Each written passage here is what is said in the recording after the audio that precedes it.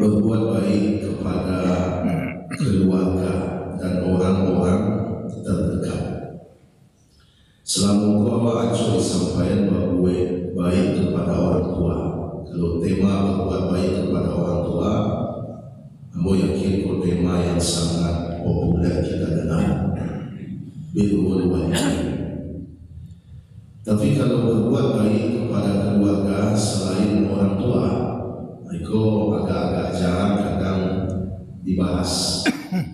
Terutama berbuat baik kepada pasangan, kepada saudara, dan kepada kerabat-kerabat yang lain. Padahal Bapak Ibu sekalian rahimahumullah, kalau ada orang yang berhak mendapatkan kebaikan dari kita, maka yang paling utama berhak mendapat kebaikan itu adalah dimulai dari orang-orang dekat dulu.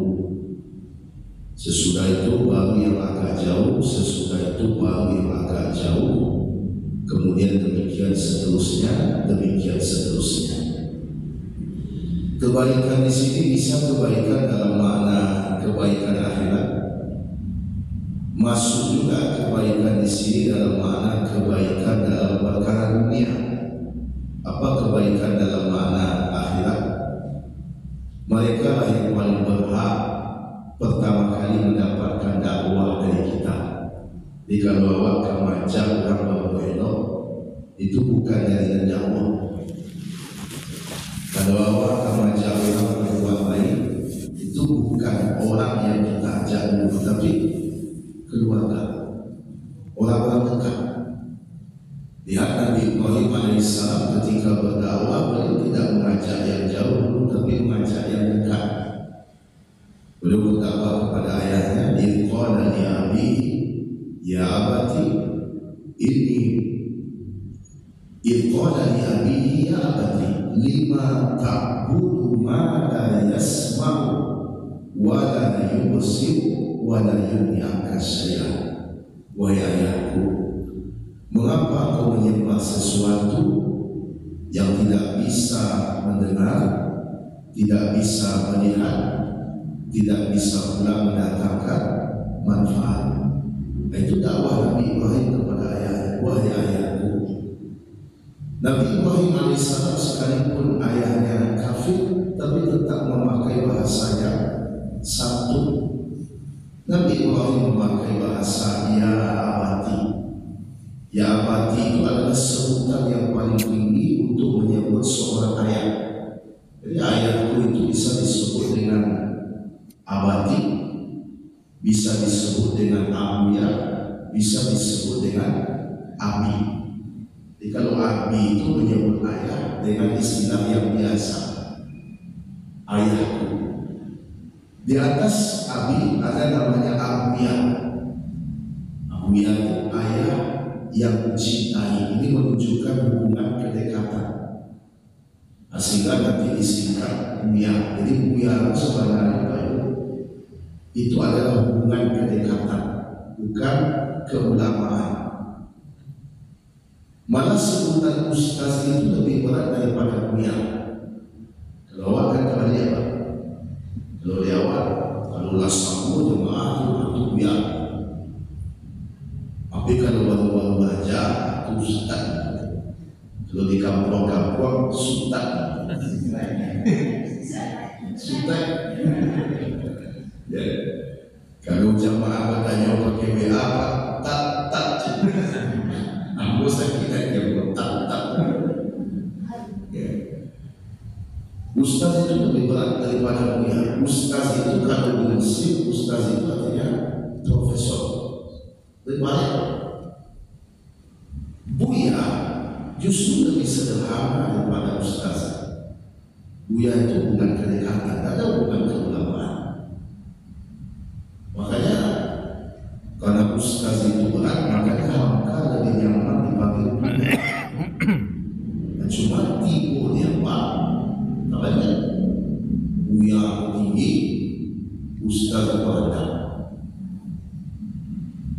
Ambo baik anak ambo memanggil buya. Orang tidak mengerti, pernah ketika tuan berjemaah ustaz ada orang yang menyiapkan suara apa aja. Akan tidak paham. Ini tidak paham boleh salah. Jadi ada abi, ada abuya, paling tinggi lagi abadi. Abadi itu adalah ayah yang mencintai, ayah yang kusayangi.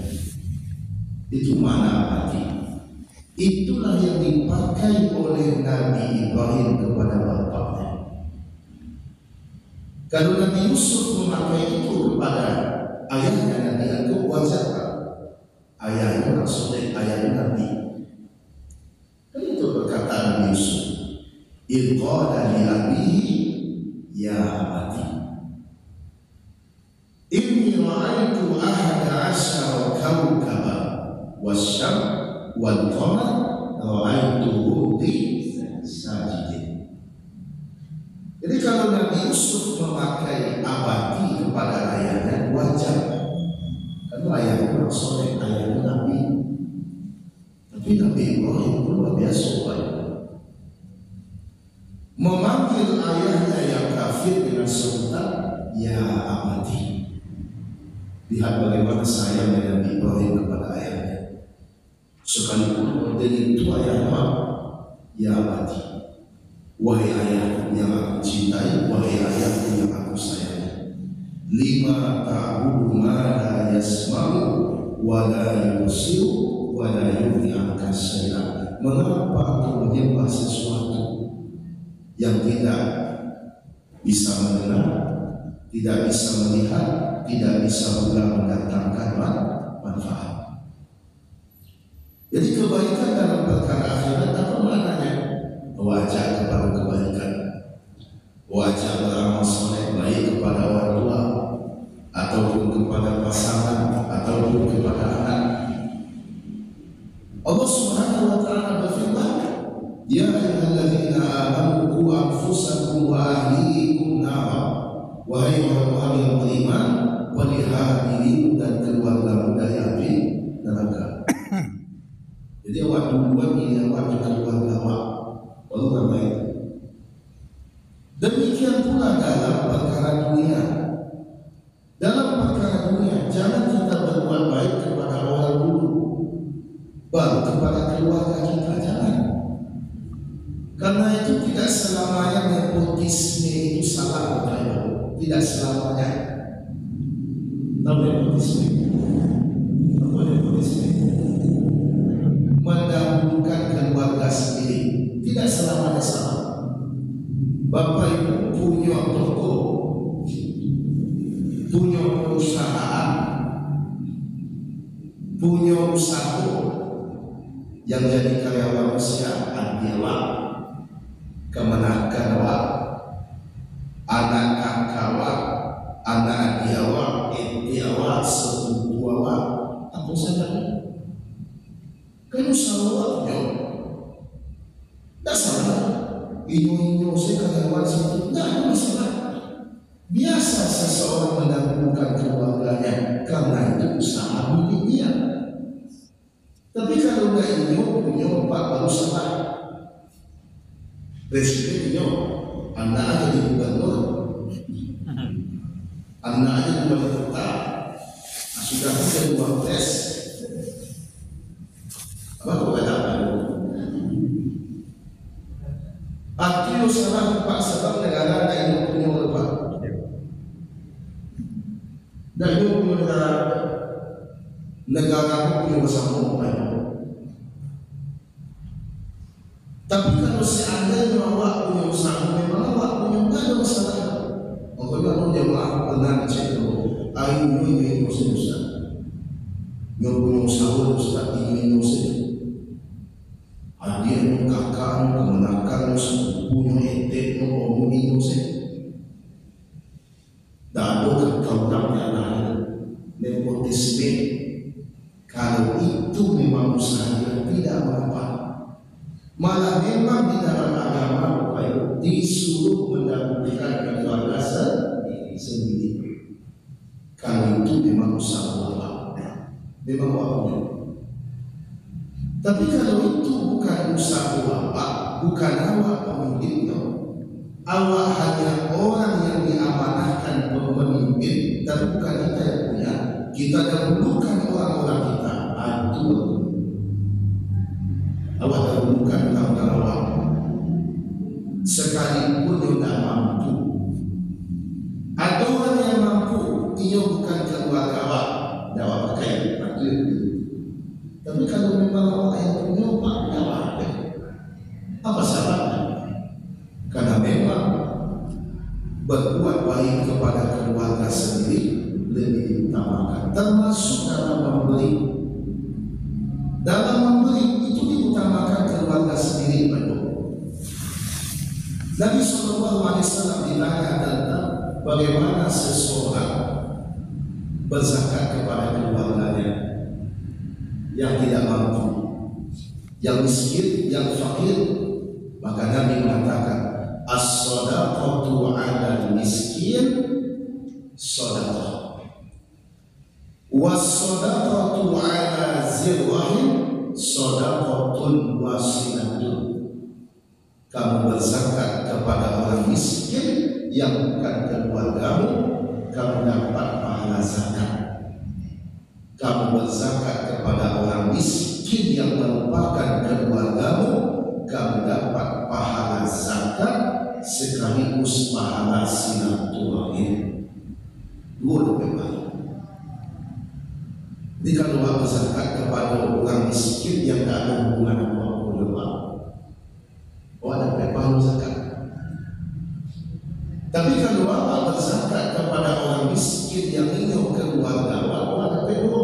Pertama dapat pahala zakat, yang kedua dapat pahala silaturahim. Kue hubungan awak, percayalah Bapak, pemberian itu bisa mengakrabkan. Cobalah ibu Bapak, apa-apa ibu cobalah. Kalau ada Bapak Ibu punya urusan dan ketujuh Bapak Ibu, coba diri. Kalian mesti hati-hati. Lunak. Pemberian itu bisa menggunakan, Pak. Tapi kalau itu memang masuk asnaf yang dalam Pak. Tapi kalau tidak masuk asnaf yang dalam Pak, jangan dipaksa-paksakan. Daripada orang kita orang ambillah kedosan awak. Itu kejutan pertama. Padahal itu tak berhak Anda gugur kewajiban awak. Itu namanya utang saya. Tapi kalau seandainya memang ini berhak, orang lain berhak, ini berhak, sementara mereka jadi seketik saya dapat dua kali. Keluar orang itu ya sih. Tidak kita buat timak mungkin itu lebih. Ini orang itu berhak. Kecuali dia tidak berhak, tapi dipaksa-paksakan dan berhak. Atau orang yang memang sudah menjadi tanggungannya. Contoh, seorang suami berzakat kepada istrinya, tidak masuk. Itu kewajiban kedua. Atau seorang ayah berzakat kepada anaknya. Anakku minta piti dari bapaknya, ya, bukan bayar SPP, kembali piti bulanan, ada siapa karena aku zakat ayah doa, bayar SPP. Itu kan apa yang itu kewajiban. Yang itu maka psikolog orang yang tak menjadi tanggungan awak, kemenakan awak tidak tanggungan awak. Dia itu tak tanggungan awak. Tapi kalau istri, kalau anak, termasuk orang tua kalau susah, itu tanggungan dari anak laki-laki. Termasuk berbuat baik kepada keluarga di sini, termasuk kepada pasangan, kepada istri, kepada suami. Apa-apa kalau kebakaran Pak, jadi binilah Pak, jumlah nyawa sudah. Iya, kadang ada apa-apa, aku tidak psikolog. Ada apa-apa kebakaran jumlah orang kebakaran. Aju bini yang bantu sedang tesis. Akhir seperti itu. Tapi kalau kan lucu-lucu apa? Tak tulis lintang, tapi tulis lewat gimana? Itu amal soleh. Dolang-dolang, makan, jangan makan. Udah mampu kok. Bini makan kok. Tak mampu kok. Aduh, Nabi juga bersandar dengan istrinya. Dijaga Nabi itu serius tapi malu. Kadang Nabi itu mengatakan dengan Aisyah. Dan Nabi Sallallahu Alaihi Wasallam, bagaimana beliau mengatakan, khairukum li ahli wa ana khairukum li ahli.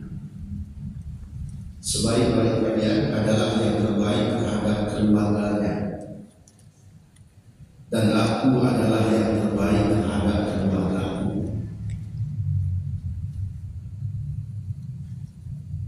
Dan seseorang itu dikatakan baik, benar-benar baik, kalau keluarganya mengatakan baik, pasangannya mengatakan baik.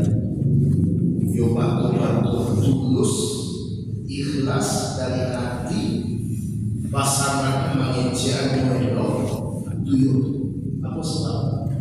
Karena yang paling tahu siapa kita, siapa baik. Siapa? Pasangan. Siapa yang paling tahu sesudah Allah adalah pasangan kita dan tetangga kita. Yang paling tahu pilih apa sesudah Allah tentunya adalah pasangan. Sebab kita semua juga tahu. Kalau tidak pasangan, Pak, sesekali bersuara, Pak. Tapi kalau pasangan, bersuara pagi petang bersuara. Orang lain itu kalau bersuara setiap hari itu payah omongan. Tapi kalau bersuara sekali-sekali, itu mudah membuat umat. Tapi kalau setiap hari macam membuat tak bisa. Jadi yang paling tahu waktu elok dan eloknya itu keluarga, terutama pasangan. Makanya aku pernah bincang dulu Pak, itu kan ada namanya surat keterangan kelakuan baik. Apa namanya kesikatan? Kesikatan. Itu kini surat keterangan catatan kepolisian. Kalau dulu SKKB, surat keterangan kelakuan baik. Nama lakuan siapa? Polisi. Lain tahu polisi lakukan apa baik tidak? Tidak tahu polisi apa. Baru polisi yang mengeluarkan surat kelakuan baik. Polisi itu tahu baik kelakuan baik. Idealnya untuk mengeluarkan surat kelakuan baik itu siapa? Ibu yang mengeluarkan surat itu. Dengan ini saya yang bertanda tangan di bawah itu istri dari bapak itu dengan ini menyatakan kelakuan suami saya.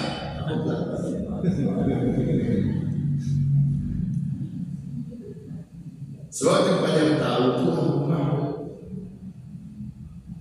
Begitu pula istri yang paling tahu bagaimana istri itu adalah suaminya. Kalau basuh setiap hari tidak bisa, tidak bisa. Yang akan muncul itu adalah karakter yang asli.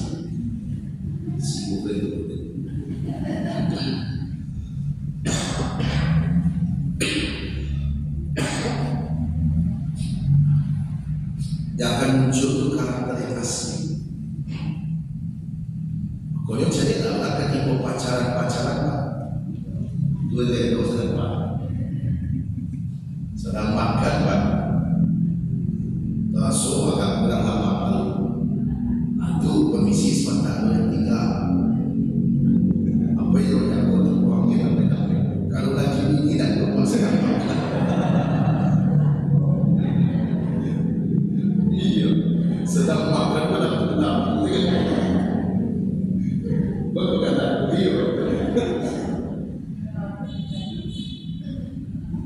So kalau dalam rumah tangga itu kan bayar asli. Bahkan kalau seorang suami mengecekkan istri yang baik, benar-benar itu hidup.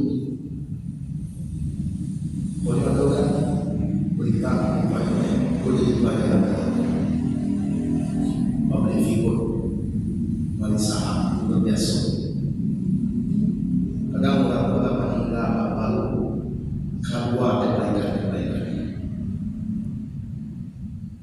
Ada video yang bahwa dia mengincar tentang babinya, itu viral itu.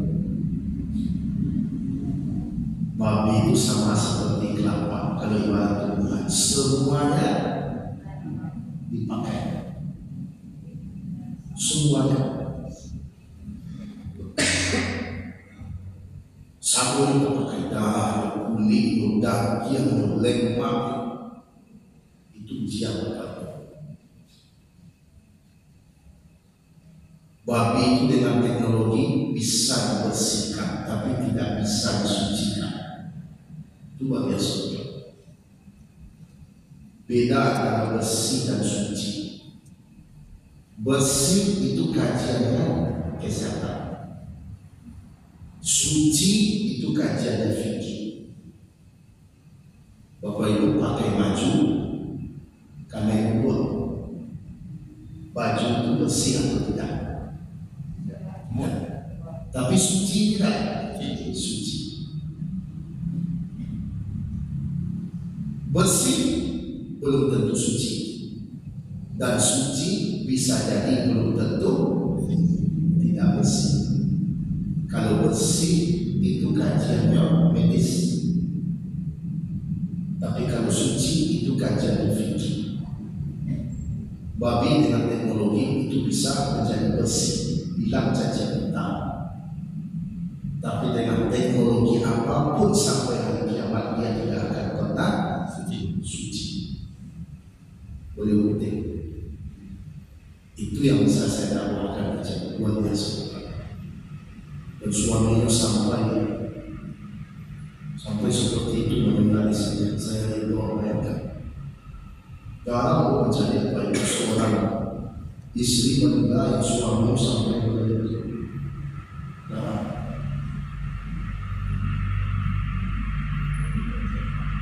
Jangan sekali. Dia selalu kalau takziah apa itu pengalaman itu takziah apa?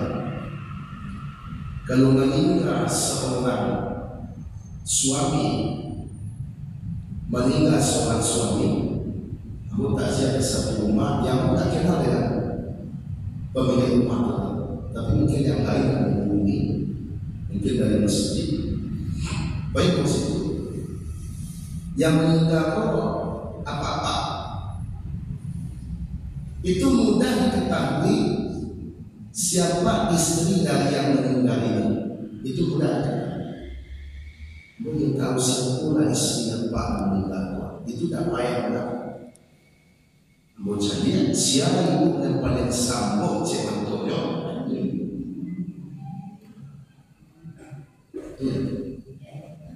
Tapi kalau yang meninggal ibu itu payah mencari suami itu.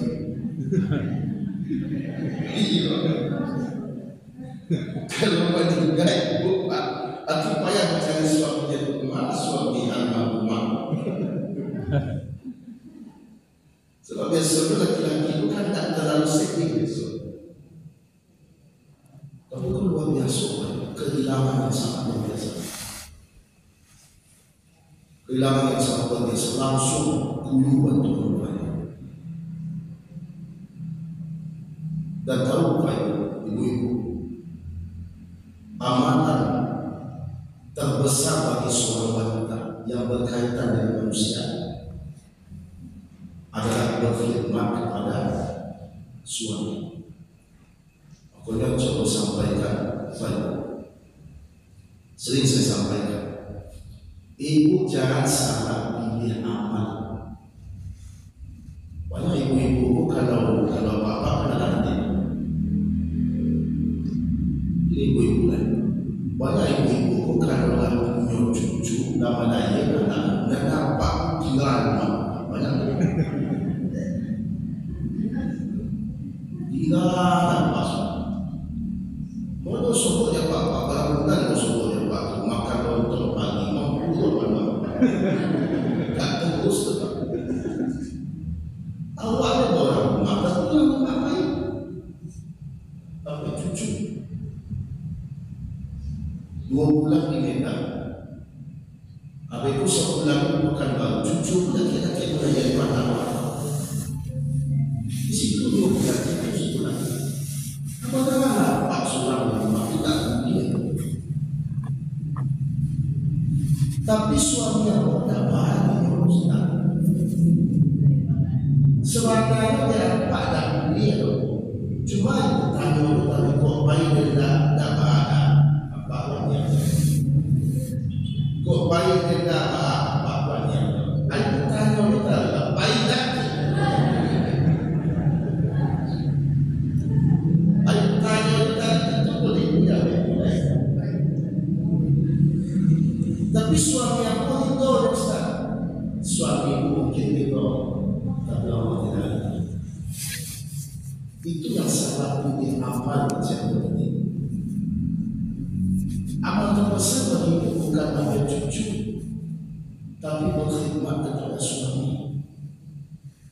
Aku mencari apa itulah yang dalam mudarat manusia kacau itu nampak. Ibu dapat suami anak. Tapi ayahnya tinggal. Akhirnya Pak Kusunaran sebelum kamu akan minta ibu kalau kamu meninggal Pak baca roh meninggal baca roh acayat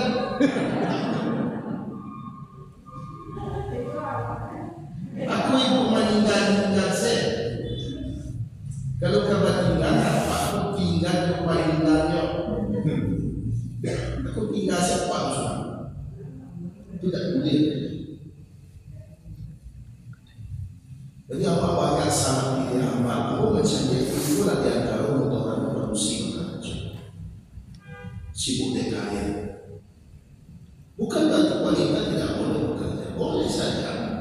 Tapi dia harus tahu kewajiban utamanya sebagai seorang istri dan sebagai seorang ibu. Bagus sekali rahimahullah. Jadi orang yang paling berhak mendapatkan kebaikan dari kita itu adalah keluarga kita. Dalam segala hal, baik dalam perkara akhirat ataupun dalam perkara dunia. Baik perbuatan ataupun ucapan. Jadi kalau kau awak nak, mesti juga keluarga awak lebih nak. Kalau kau elok, mesti juga keluarga awak lebih elok.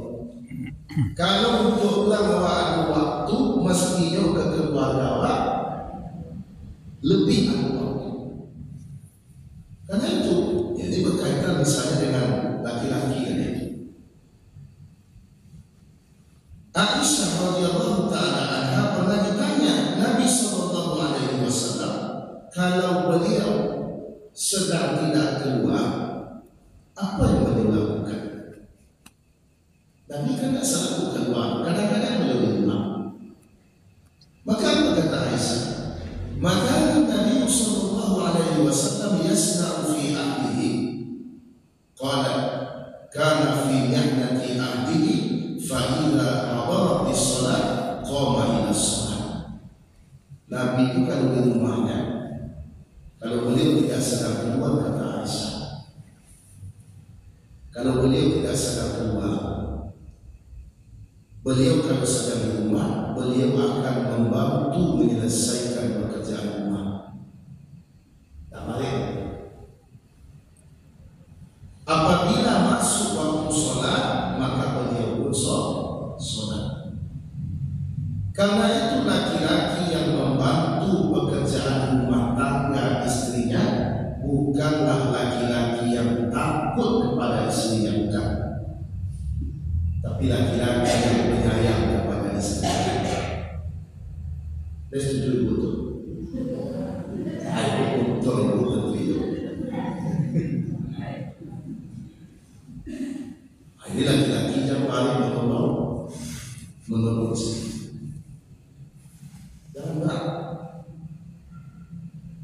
Karena Nabi tak boleh model itu. Tapi istri jangan pula gara-gara mendengar ini. Aku ini menjadi gantian pada dunia. Kalau dia enggak kuat, malu apa yang kuat. Boleh pula seperti itu. Artinya saling membantu, saling bekerja sama. Karena kalau kita cari rumah tangga Nabi itu baik-baik. Jadi rumah tangga Nabi itu, contoh misalnya, bagaimana Nabi Sallallahu Alaihi Wasallam di antara istri Nabi ada namanya Sofia. Sofia binti Uyai. Sofia binti Uyai itu adalah wanita keturunan Bani Israil, keturunan Yahudi. Itu di antara istri Nabi yang Aisyah cemburu kepadanya. Jadi selain Khadijah, yang menjadikan Aisyah cemburu itu adalah Sofia. Bagaimana Nabi dengan Sofia? Misalnya Nabi pernah dengan Sofia dengan Zainab. Jadi para Nabi keluarga. Ketika itu Sofia akan naik unta untuk bukan tinggi, untuk tinggi pak, lebih tinggi daripada boleh. Sementara tidak ada tangga untuk menaikinya, maka beliau jongkok Nabi. Tahu tak kita? Separuh jongkok Nabi. Kemudian beliau suruh Sofia untuk menjadikan pahanya sebagai tangga. Sofia tak keberatan, tak naik oleh Sofia. Begitu Nabi terhadap istrinya. Tapi ibu jangan lepas semua. Kau kata aku menyampaikan kaji dengan model kau kata gara-gara kau malas saya paling gue. Bagus. Kalau dibawa ke kondisi ini, ibu itu kalau ada yang untuk anugerah itu, dan ibu juga anugerah. Kadang-kadang kalau dibuka ibu kau nanya, cie kakinya baru nanya kan? Betul banyak kadang-kadang produksi itu nanya untuk banyak jilbabnya entah sapi bagian. Banyak kalau kita sapi pokoknya tak bayar kadang betul. Itu lagi apa lagi? Apa itu Nabi? Ada juga kasus Nabi dengan Aisyah. Aku dengan Aisyah. Bagaimana sahabat yang boleh dengan istrinya? Pernah satu ketika Bapak Ibu, ini kasus Aisyah dengan Sofia. Sofia ini adalah istri Nabi yang diantara keutamaannya selain solehahnya adalah dia pintar memasak. Sampai Aisyah pun memujinya. Saya tidak temukan seorang wanita yang lebih hebat dalam memasak makanan melebihi Sofia. Sampai begitu pujian Aisyah. Suatu ketika Aisyah itu didatangi oleh tamu. Nabi didatangi oleh tamu, dan ketika itu adalah jadwal di rumahnya Aisyah. Kalau tamu itu mendadak, tidak ada sesuatu yang akan dihidangkan. Nabi merasa kurang enak, maka Nabi minta kepada beberapa sahabat untuk datang ke rumah Sofia dan siapa tahu ada makanan. Ditanya dan ternyata memang ada standby. Maka dibawalah ke rumah Aisyah. Begitu Aisyah tahu bahwa makanan itu dari rumah Sofia,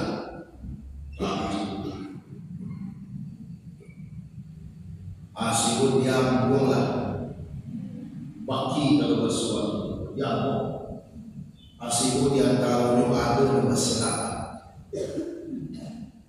Wasirah, dan itu di hadapan para sahabat.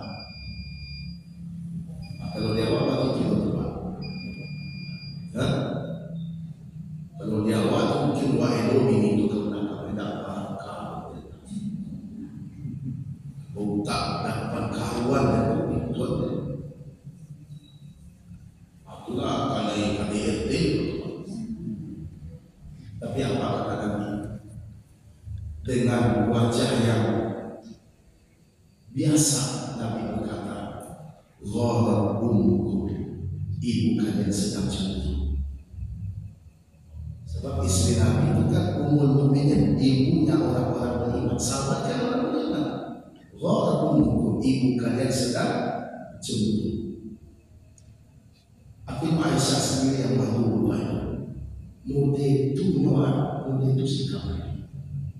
Aisyah sendiri yang merasa bersalah. Aku nggak mau bereskan. Sebelum bereskan, sampailah kejadian itu beritanya kepada Abu Bakar. Abu Bakar sangat malu dan kecewa. Datanglah dia ke rumah Aisyah dan ingin memberikan pelajaran kepada Aisyah. Sampai hampir dilayangkan tangan kepada putrinya. Kau bersorak membanggakan kamu. Mudi itu bukan laki kamu. Suamimu seorang Nabi. Kalau kamu diganti olehnya, akan banyak yang mengganti kamu. Hampir ketika itu akan melayang tangan Abu Bakar. Tapi kamu tidak akan melakukan Nabi. Iku Abu Bakar, ku Aisyah, Nabi masuk ke tengah-tengah. Apa kata Rasulullah? Jangan Abu, jangan sakiti Aisyah. Kemudian Nabi pun berkata kepada Aisyah, wahai Aisyah, semarah apapun kau kepadaku, aku tidak akan membiarkan seorang pun menyakiti. Bayangkan kalau jawab, aku ambil itu. Nanti boleh untuk mengumpulkan soalnya nanti takut oleh Pak. Berpikirkan awal apa wajahnya akan dia selesaikan oleh itu ya Pak. Tapi itu Nabi Sallallahu Alaihi Wasallam. Itu bagi awak sebagai suami sampai kenal awak. Abang ibu model itu diajar awak untuk berkhidmat kepada suami. Jangan nyuruhan awak kepada suami. Seorang wanita apabila telah menikah, maka bagi namanya kepada siapa? Kepada suami. Ajar awak puluh dan kepada awak puluh laki akan laki kau dan laki kau. Tapi yang awak adalah laki. Malah ada puluh, ada puluh. Ada puluh. Antara dia anak manusia satu-satunya. Tapi cek kabilan itu Sultan. Sultan dia pindah anak-anak sudah kursi. Kalau Sultan Abu anak-anak itu anak manusia. Sultan koka pindah tapi dan siapa ayo.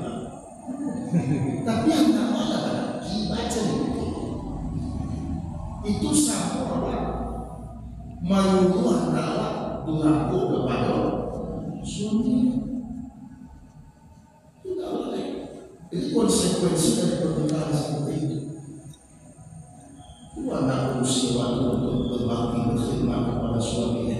Selagi yang disuruh oleh suaminya itu bukan maksiat. Apa perlu kau nampak berkhidmat menggaya apa suami? Sebenarnya perempuan itu berdandan juga dapat suami. Pertama itu keluar tanpa rancang di dalam bisa dimakbiak. Dia banyak begitu. Keluar tanpa gagal, tidak kamu rancang. Ibu dalam rumah itu membawa memacu macam-macam. Cuma apa dulu senang. Ketika ibu kebakaran juga kecepat, kapai kapan. Kisah itu adalah yang untuk kebaikan kamu padahal Bapak Ibu sekalian rahimahumullah, tidak ada orang yang paling berhak mendapatkan kebaikan dari kita, Bapak Ibu, kecuali yang pertama itu adalah kedua orang-orang dekat kita. Bapak Ibu sekalian rahimahumullah,